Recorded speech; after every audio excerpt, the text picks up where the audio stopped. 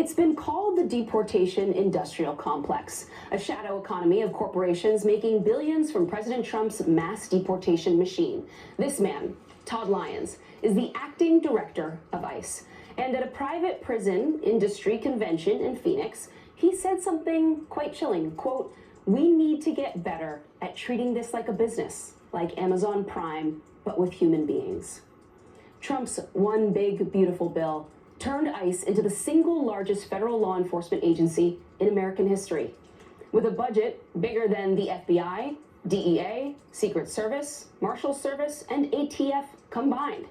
And if you listen in to the earnings calls for some of the biggest players in the deportation industry, it's clear they view this time as a historic windfall.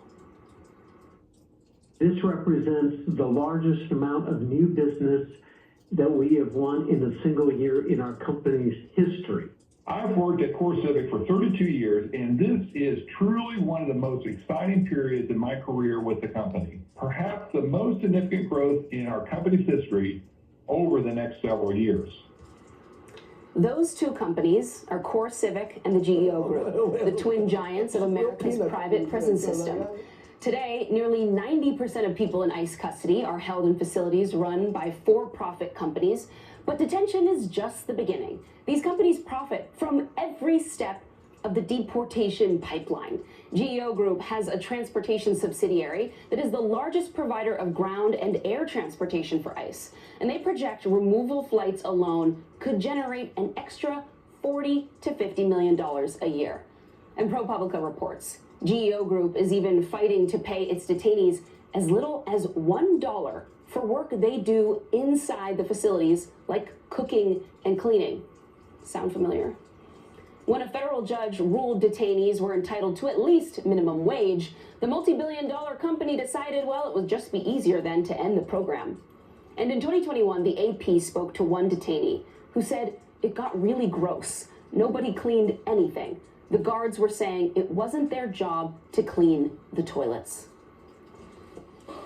And I didn't even have time to talk about the sheriffs, local sheriffs across the country, who are able to basically rent their extra space to the Trump administration for times like $30 to $50 or even $80 a head. They also have transportation deals with the federal government. So there are a lot of opportunities, to cash in on mass deportation and detention. And we know this administration is looking at warehouses right now. They're looking at towns with sort of rundown facilities that are ripe for all of what I just described there. Well, so abandoned factories will be turned into mass incarceration. That is not the revitalization of the manufacturing sector that Americans had hoped for. When Donald Trump had said he was going to revitalize the manufacturing sector, this is just the prison industrial complex. You see where corruption manages to seep in. Anytime the government is spending this much money, the billions and billions it's spending to take humans and to put them in conditions the way that we're doing all across the country, this is the inevitable corruption you get. Let me, so in Folkston, Georgia, there is a community of about 2,800 residents where a third of the people live below the poverty line. They will soon be hosting the largest detention center in the United States. Let me play for you what the county administrator said. Take a listen. Obviously, you can see the economic development that it has here and the impact that it has on our community with all those jobs and potentially more. I hate to say it, but if it's not here, it's somewhere else. So you take advantage of the stuff that you have on your table. And I hate to simplify that because these are people's lives and families, but that's the reality of it. And honestly, that is the honesty of it, right? You have this small town administrator who's telling you, like, I don't know if it's good or bad. I don't know if it's hurting people. I don't know if it's destroying people's lives. I don't know who's being put in these prisons. But at the end of the day, it's beneficial to our town and our community. And to your point, this is an industry, right? This is a multi-billion-dollar industry.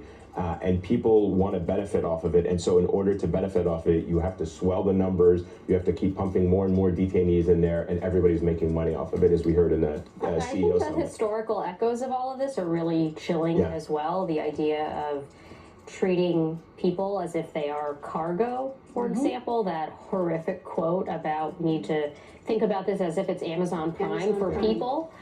Besides the, slave labor-like conditions that we were talking about, it's gross, and the echoes are deafening. Our country has a very long history of finding creative ways to basically force marginalized people, whether they are immigrants, black people in prison systems, or they're even people who've been in mental health facilities, to do free labor for them. I have a question.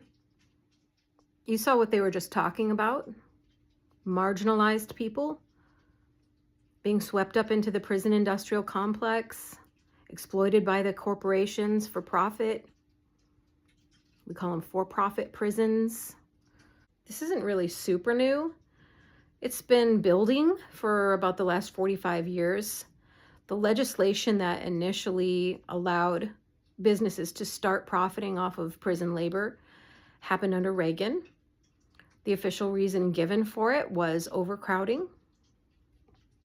That was the excuse given anyways. And now we see everything that's happened since then. We've gotten to a point where we can actually see the enormous profits that these corporations are making off of this. We can see the conversations that they're having, where they're celebrating these tremendous profits and how much they have continued to advance on pushing the envelope farther and farther in terms of what they can get away with, encroaching on civil rights of people. And here we are. And my question is this, you might be all right with, just doing this to marginalized people, or people who are on the other side, the opposite side of the political spectrum from you, or people who don't share your same physical features, have a different complexion. I'm not okay with any of that. Maybe you are, but here's my question to you, if that's the case. What's to make them stop at marginalized people? Why wouldn't they just at some point go, hey, this is working out so well for us, it's so profitable. Those people making less than 6 figures, do we really need them? And then just start going out and grabbing people, battering down their doors, smashing their car windows, detain them and then figure out later what their details are. Or, why stop at 6 figures for that matter? Just, if you're not in our billionaires club, we're coming for you. And you'll be thrown into the slave complex, or prison complex, if you want to call it that. You don't have to have committed any crimes. You don't have to be on one side or the other of a political aisle, or from a, political group.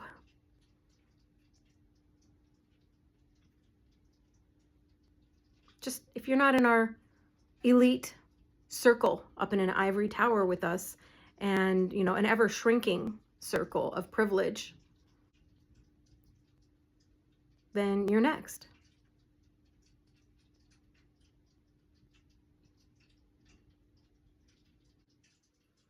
I know what a lot of you are thinking. Oh, they couldn't do that.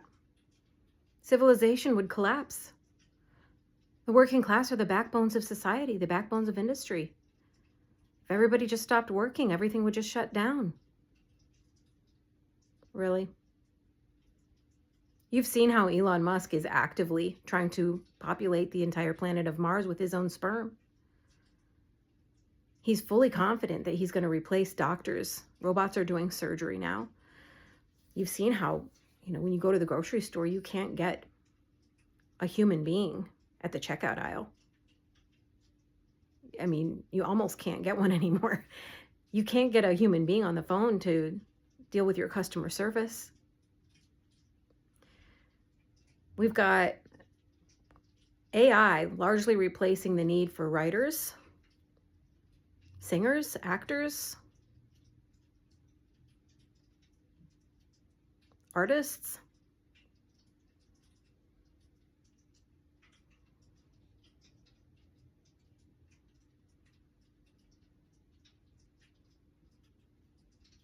Where is this going?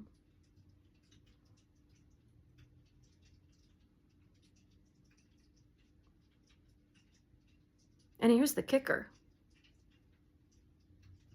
They're already getting your labor for free because they scooped you up, threw you into an unmarked van. You thought they were only doing that to marginalized people. Surprise. Well, they'll sort out the story later to justify it.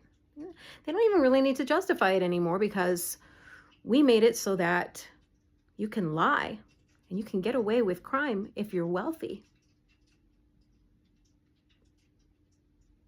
Way to go.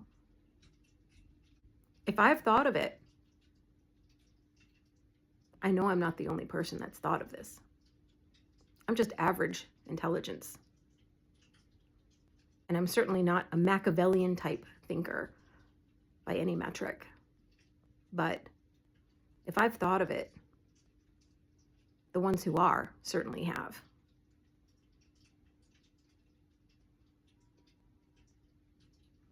I hope you're thinking about it too.